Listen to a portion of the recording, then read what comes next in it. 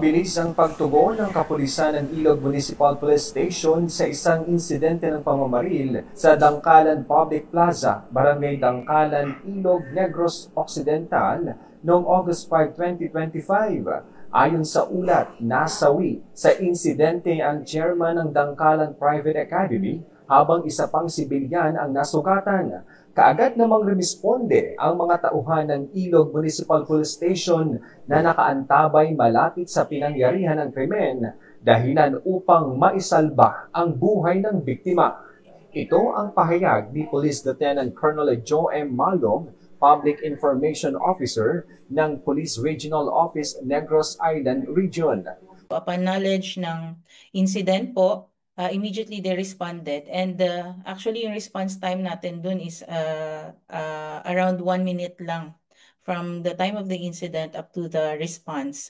So during the response, naabutan nila dun yung suspect and nagkaroon po ng exchange of fire kasi binaril po sila ng suspect nung tinry nila na pahintuin po siya. Sa naturang insidente, unang nagpaputok ang suspect sa mga responding police na nauwi sa isang enkwentro kung saan nasawi ang suspect. Nakumpiska naman mula rito ang isang caliber 45, isang caliber 22 revolver at 3 basyo ng bala.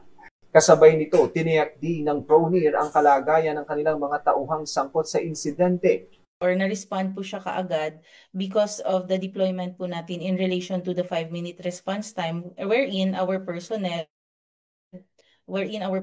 are strategically deployed po sa mga areas. And ito pong Dangkalan Ilog na po ito is one of the areas we identified kung saan madali pong makapag-responde yung mga personnel natin dito. Sa ilalim ng pamumuno ni Police Brigadier General Arnold Thomas Ibay, pinaigting ng PRONER ang mga estratehiya para sa mas mabilis na pagtugon sa tawag ng tungkulin. Kabilang dito ang simulation exercises o SIMEX, communication drills o COMEX, at ugnayan sa mga lokal na pamahalaan upang palawakin ang pagpapatupad ng mas mabilis na tugon sa bawat sulok ng rehiyon. We really appreciate the 5-minute response time kasi nakita naman po natin na readily po available po yung mga police natin to respond in any incident.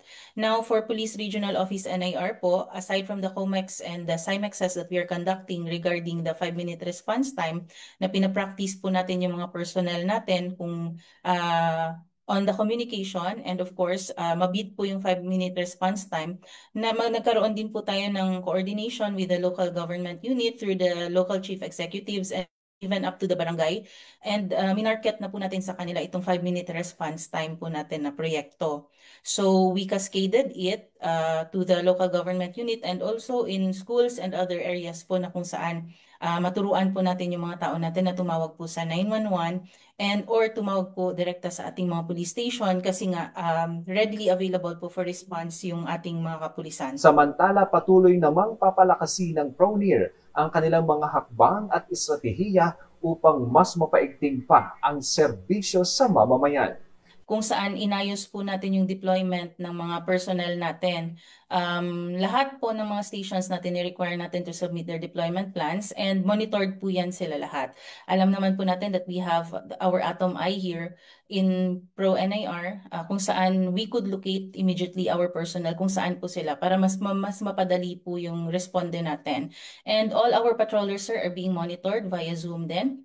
And lahat po sila na practice na po natin on the 5-minute response time through SIMEX and COMEXs. Sinisiguro ng PRONER sa pamumuno ni Police Brigadier General Arnold Thomas Ibay ang kaligtasan at seguridad ng publiko, kasabay ang kanilang panawagan sa suporta at pakikipagtulungan ng mamamayan, lalo na sa pagtawag sa 911 emergency hotline o paghingi ng tulong sa pulisya. Residents po natin dito or sa mga Negrense and Siquijodnon, we are advocating here yung paggamit talaga ng 911, sir, especially dun sa mga sentro kung saan mas mabilis po nating maabot yung ating mga humihingi po ng responde. So yun po, sir, yung pinapalaganap po namin dito po sa Police Regional Office NIR, sir.